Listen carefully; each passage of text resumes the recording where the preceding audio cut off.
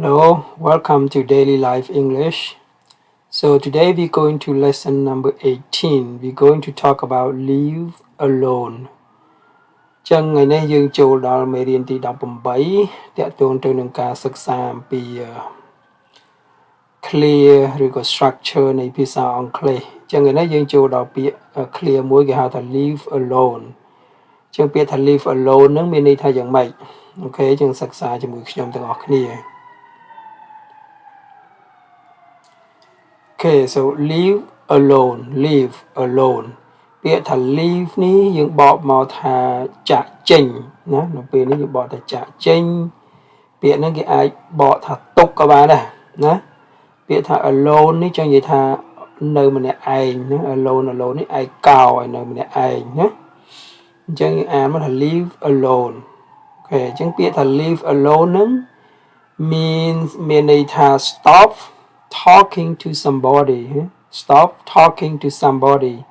មានថាឈប់និយាយជាមួយនរណាម្នាក់ SB នេះ is somebody ណាសកាត់ចឹង stop talking to somebody ឈប់និយាយជាមួយនរណាម្នាក់ឬក៏ន័យមួយទៀតថា stop being near somebody stop being near somebody near នេះប្រែថានៅក្បែរចឹងមានថាឈប់នៅក្បែរនរណាម្នាក់ឃើញទេ stop being near somebody ឈប់នៅក្បែរនរណាម្នាក់ឬមួយទៀតមានន័យថា stop interfering with somebody's life stop interfering with somebody's life ចឹងវាថាឈប់ជ្រៀតជ្រែក interfering ជ្រៀតជ្រែកណា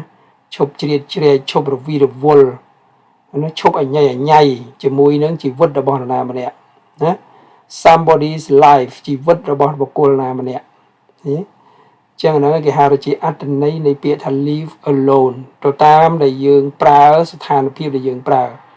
ចឹង leave alone មានន័យថា stop talking to somebody stop being near somebody or stop interfering with somebody's life ចឹងអត្ថន័យវាមានន័យថាអញ្ចឹង Okay, example. Could you please leave me alone and let me choose my own path? បាទយើងបងប្អូនមើលពាក្យ leave នៅចន្លោះរវាងពាក្យ leave ហើយនឹង alone ហ្នឹងគឺយើងដាក់ somebody គឺដាក់នរណាម្នាក់ឧមាថា me her ឬក៏ them ឬក៏អីចឹងទៅណាចន្លោះនរណាម្នាក់ដាក់ជាមនុស្សនៅកន្លែងចន្លោះនេះមកចឹងគឺជាការប្រើប្រាស់គឺគេប្រើប្រាស់អញ្ចឹងបងប្អូនណាមានថាមក leave me alone leave her alone leave him alone អីចឹងទៅបាទអញ្ចឹងកន្លែងនេះបងប្អូនធ្លាប់រៀនពីមុនមកអញ្ចឹងពាក្យ let ខ្ញុំធ្លាប់រៀនហើយ let ហ្នឹងគឺអនុញ្ញាតយេ choose ជ្រើសរើសណា choose បងប្អូនអានមក choose ជ្រើសរើស own នេះមានថាផ្ទាល់ខ្លួនណាផ្ទាល់ខ្លួនឬក៏ខ្លួនយើងណាខ្លួនឯង path ផ្លូវដែលយើងជ្រើសរើសដើរណា path អូខេចឹងថា could you please leave me alone and let me choose my own path ចឹង leave alone នៅពេលនេះយើងយកអត្ថន័យមួយនេះ stop interfering នេះចឹងមានថាតើអាចឈប់ជ្រៀតជ្រែកជីវិតរបស់ខ្ញុំបានទេហើយទុកឲ្យខ្ញុំ let នៅពេលនេះយើងមិនបាច់បកថាអនុញ្ញាតទេយើងបកថាទុកឲ្យវិញហើយទុកឲ្យខ្ញុំជ្រើសរើសផ្លូវដើរដោយខ្លួនឯង own path ផ្លូវដើរដោយខ្លួនឯងទេបងប្អូន own path ផ្លូវដើរដោយខ្លួនឯងចឹងតើអាចកុំជ្រៀតជ្រែកជីវិតរបស់ខ្ញុំបានទេហើយទុកឲ្យខ្ញុំជ្រើសរើសផ្លូវដើរដោយខ្លួនឯងឃើញទេចឹងកន្លែងយើងបកអញ្ចឹងឬក៏ខ្មែរយើងមួយទៀតថាឈប់ជ្រៀតជ្រែកជីវិតរបស់ខ្ញុំបានទេឈប់មកអញ្ញៃជាមួយជីវិតរបស់ខ្ញុំបានទេហើយទុកឲ្យខ្ញុំជ្រើសរើសផ្លូវដើរដោយខ្លួនឯងផងបានទេឃើញទេចឹងអត្ថន័យកន្លែងហ្នឹងអញ្ចឹងបងប្អូនណា path leave alone Okay, could you please leave me alone and let me choose my own path អញ្ចឹង Mr. B នឹងថា we all care about you we all care about you ចឹងបងប្អូនបានរៀនណាពាក្យ care about ចេះ care about នេះមានថាយកចិត្តទុកដាក់ខ្វាយខ្វល់គិតគូរណា care about ចឹងមានថាយើងទាំងអស់គ្នានឹងគឺគិតគូរពីអ្នកខ្វាយខ្វល់ពីអ្នកឃើញយកចិត្តទុកដាក់នឹងអ្នក and we want to help you ហើយពួកយើងចង់ជួយអ្នកឃើញទេជួនកាលយើងឃើញបុគ្គលនឹងគាត់ដើរផ្លូវខុសឃើញគាត់ជ្រើសរើសខុសឃើញគាត់អីមួយអញ្ចឹងទៅយើងយកចិត្តទុកដាក់ពីគាត់ណាអញ្ចឹង Mr. B គាត់ថា we all care about you and we want to help you ឃើញទេ we all care about you and we want to help you គេថាពួកយើងទាំងអស់គ្នានឹងគឺយកចិត្តទុកដាក់នឹងអ្នកហើយពួកយើងចង់ជួយអ្នកអញ្ចឹង Mr. A នឹងគាត់មិនចង់ឲ្យពីណាជួយគាត់ទេ Would you mind leaving me alone please អានេះវាចូលដល់កម្រិតគេហៅថាគាត់និយាយរៀងមួម៉ៅណាបងប្អូនអញ្ចឹង would you mind អញ្ចឹង leaving នៅពេលនេះយើងថែម ing ទៅលើពាក្យ leave នឹងដោយសារតែយើងវាឈរខាងក្រោយ verb mind នេះអញ្ចឹងនេះខ្ញុំប្រាប់បងប្អូនរាល់កិរិយាសព្ទគេហៅ verb នៃភាសាអង់គ្លេសទាំងអស់នៅពេលដែលវា stand up to mind កាលណាវាឈរក្នុងក្រោយអា verb mind ហ្នឹងគឺត្រូវថែម ing អញ្ចឹង leave ទៅ leaving ឃើញទេ leave ទៅ leaving Would you mind leaving me alone please ម៉ាញនេះនិយាយថាយល់ទាស់អញ្ចឹងខ្មែរយើងថាបើមិនយល់ទាស់ទេទុកឲ្យខ្ញុំនៅម្នាក់ឯងបានទេឃើញទេប៉ុន្តែយើងមិនបាច់បត់ដល់ថ្នាក់ហ្នឹងផងបើបានដែរហើយនិយាយរៀងមួមកទីថាទុកឲ្យខ្ញុំនៅម្នាក់ឯងផងបានទេនៅតែអត្តន័យនៅអញ្ចឹងហ៎ទុកឲ្យខ្ញុំនៅម្នាក់ឯងផងបានទេឬក៏ទុកឲ្យខ្ញុំជ្រើសរើសផ្លូវដើរសូមកុំជ្រៀតជ្រែកជីវិតរបស់ខ្ញុំផងបានទេអូខេI know what I'm doing ឃើញទេ I know what I'm doing ខ្ញុំដឹងអ្វីដែលខ្ញុំកំពុងធ្វើហើយអញ្ចឹងកន្លែងនេះយើងអាចបកថាជ្រៀតជ្រែកក៏ពីរោះស្ដាប់ជាងបងប្អូនណា Okay would you mind leaving me alone please I know what I'm doing បើមិនប្រកាន់ទេកុំឈប់ជ្រៀតជ្រែកជីវិតខ្ញុំទៀតទៅហើយខ្ញុំដឹងថាខ្ញុំកំពុងធ្វើអីហើយឃើញទេឬក៏យើងអាចបកទុកនៅទុកឲ្យខ្ញុំនៅម្នាក់ឯងតិចទៅបានទេមកខ្ញុំដឹងពីអ្វីដែលខ្ញុំធ្វើហើយណាយើងបកមួយណាក៏ស្ដាប់បានដែរកន្លែងនេះអូខេជាខ្ញុំអានស្ដាប់ភាសាទៀតណា Could you please leave me alone and let me choose my own path okay we all care about you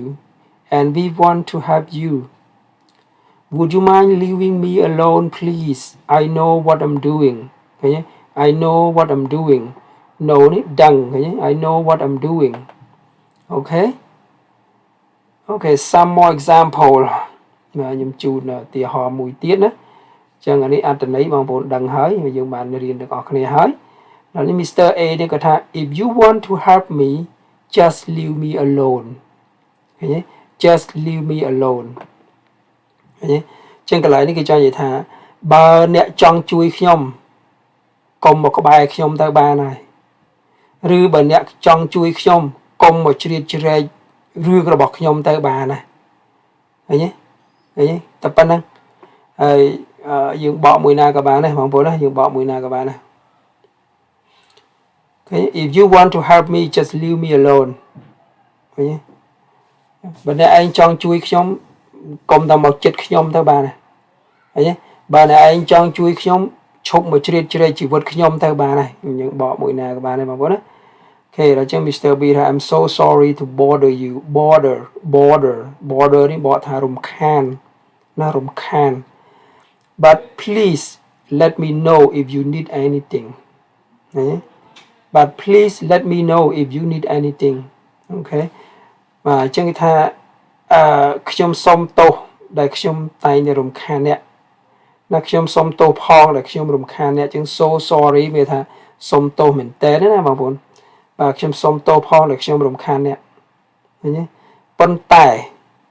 ប្រាប់ខ្ញុំឲ្យដឹងផងបើអ្នកត្រូវការអ្វីហ្នឹងក៏នៅតែចង់ជួយឃើញទេ but ប៉ុន្តែណា but ប៉ុន្តែ please let me know ប៉ុន្តែប្រាប់ខ្ញុំឲ្យដឹងផង if you need anything ប្រសិនបើអ្នកត្រូវការអ្វីមួយខ្ញុំជួយអត្ថន័យឡើងអញ្ចឹងណា if you need anything need ត្រូវការ anything អ្វីមួយSo if you need anything ប្រសិនណា if ប្រសិនបើបងប្អូននេះ if នេះ if ប្រសិនបើ if ប្រសិនបើប្រសិនណាបើអ្នកត្រូវការអ្វីមួយឲ្យខ្ញុំជួយអូខេចឹងអត្ថន័យវាប៉ុណ្ណឹងបងប្អូនណា If you want to help me just leave me alone I'm so sorry to bother you but please let me know if you need anything ឃើញទេ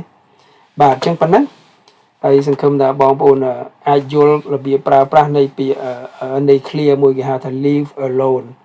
ណានេះ leave alone ឬក៏យើងដាក់ថា leave somebody alone អូខេអញ្ចឹងនៅចន្លោះរវាងពាក្យ leave និងពាក្យ alone នេះយើងដាក់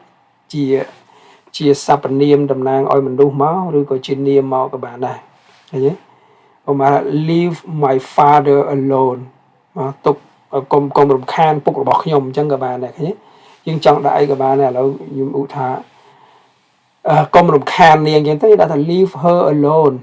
កុំរំខាននាង leave her ដាក់ her ចន្លោះហ្នឹងមក leave her alone កុំរំខាននាងអញ្ចឹងទៅឃើញទេបាទអញ្ចឹងប៉ុណ្ណឹងចុះហើយខ្ញុំអាននៅស្ដាប់ភាសាទៀតចុះហើយចប់បាទត្រឹមប៉ុណ្ណឹងបាទ Could you please leave me alone and let me choose my own path We all care about you and we want to help you Would you mind leaving me alone please I know what I'm doing Okay If you want to help me just leave me alone I'm so sorry to bother you but please let me know if you need anything Okay